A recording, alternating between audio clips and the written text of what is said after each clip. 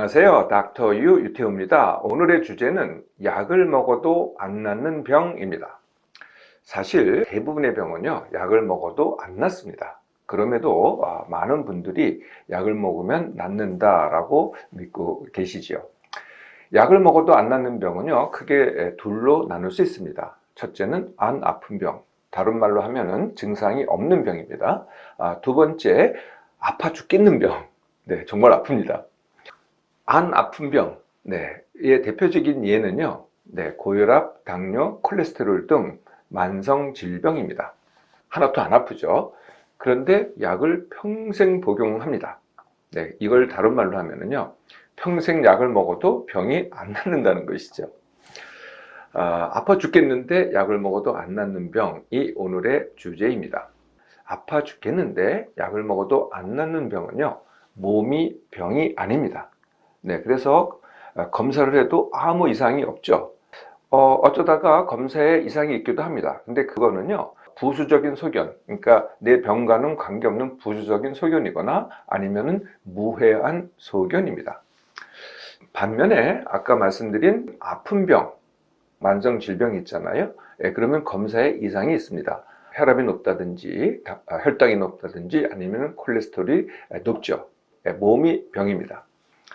두 번째, 증상이요, 아주 극심합니다. 대부분은 다 몸의 증상이죠. 몸이 여기저기가 아픕니다. 뭐 기능이 나빠지거나 하여튼 뭐 굉장히 괴롭습니다. 거기다가 그것뿐만이 아니고요, 마음의 증상까지 이제 가중이 되는데요. 불안이라든지 우울이라든지 건강 염려라든지 아니면 강박이라든지 이런 마음의 증상까지 또 가중이 됩니다. 세 번째, 이게 더 심각한데요. 삶을 회피를 합니다. 내 몸만 가지고 하는 삶이 제가 네 가지가 있다고 말씀드리죠. 첫 번째가 내가 하는 일상, 두 번째 내가 하는 성취, 뭐 학업이라든지 일이라든지 돌봄이라든지, 세 번째 내가 하는 관계, 네 번째 내가 상호작용하는 사회 환경, 뭐 사회 참여를 한다, 뭐 등등입니다. 이것을 회피하기 시작하는 거죠. 그러면 어떻게 되겠어요? 점점 내 삶은 위축이 되면서 거의 집에만 있게 됩니다. 이걸 뭐라 그러냐면요, 병의 같은 삶이라고 합니다. 그리고 약을 먹어도 안 나요.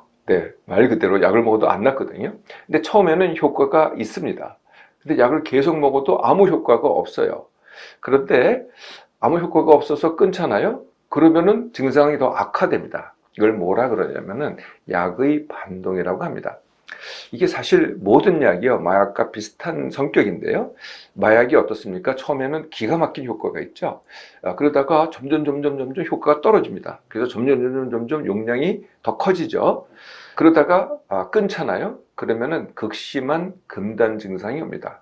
그 금단 증상하고 아까 말씀드린 약의 반동하고는 같은 현상이 되는 것이죠. 아파 죽겠는데 약을 먹어도 안 낫는 병의 원인은 뭘까요? 말씀드렸듯이 몸이 병이 아니라요, 내 몸맘의 지나침, 이게 이제 거의 모든 원인이라고 말씀드리는데 지나침에 의한 내 몸의 반응입니다. 반응이라는 거죠. 병이 아니고 반응. 그래서 첫 번째 원인이, 가장 큰 원인, 그리고 흔한 원인은 뇌과로라고 하는 겁니다. 요즘은요, 몸을 지나치게 쓰는 사람이 별로 없습니다. 전부 다 뇌를 지나치게 쓰죠. 뇌가 하는 거에는 두 가지가 있습니다. 생각한다, 느낀다. 생각한다가 지나치면은 생각 과다가 되는 거고요. 느낀다 중에서 제일 큰 게 이제 감정이죠. 어떤 감정이든 간에 감정 과잉. 그럼 또 둘이 상호작용을 하면서 뇌 과로를 일으키죠. 우리가 즐겁게 하는, 재밌다고 하는 스마트폰, TV도 대표적인 뇌 과로입니다. 두 번째가 예민한 몸맘입니다. 예민한 몸맘을 가지고 있는 분들은요, 같은 상황에 대해서 다른 사람에 비해서 훨씬 더 크게 반응을 합니다. 그러니까 내 몸맘이 크게 반응을 하니까 어떻게 돼요? 지나치게 되죠. 세 번째가 병명 붙이기입니다. 내가 어떤 증상이 있잖아요. 그럼 반드시 병명을 내가 찾거나 아니면 붙여지게 됩니다. 스스로 찾거나 아니면은 뭐 의료진의 진단에 의해서. 그래서 병명이 붙잖아요. 그러면 이제 병명을 가지고 인터넷에 찾아봐요. 그러면 인터넷에 나오는 사례는요, 대부분은 다 심각하거나 극심한 사례입니다. 그러니까 어떻게 돼요? 나는 그게 아닌데 그 사례를 보고 내가 그렇구나, 하고 해서 증상이 또 더 생깁니다. 네, 네 번째가 증상회로라고 하는 겁니다. 증상회로라는 것은 몸에서 같은 이제 그 증상이 있는데요. 그거는 뭐 다 사람마다 똑같습니다. 그런데 여기서 그 증상이 척수하고 신경 척수를 통해서 뇌로 전달이 됩니다. 근데 뇌에서 이게 증폭이 되는 거죠. 마치 라디오의 볼륨을 높이면 더 크게 들리잖아요. 이렇게 증상을 증폭시키는 회로, 이걸 갖다가 뇌의 회로라고 합니다.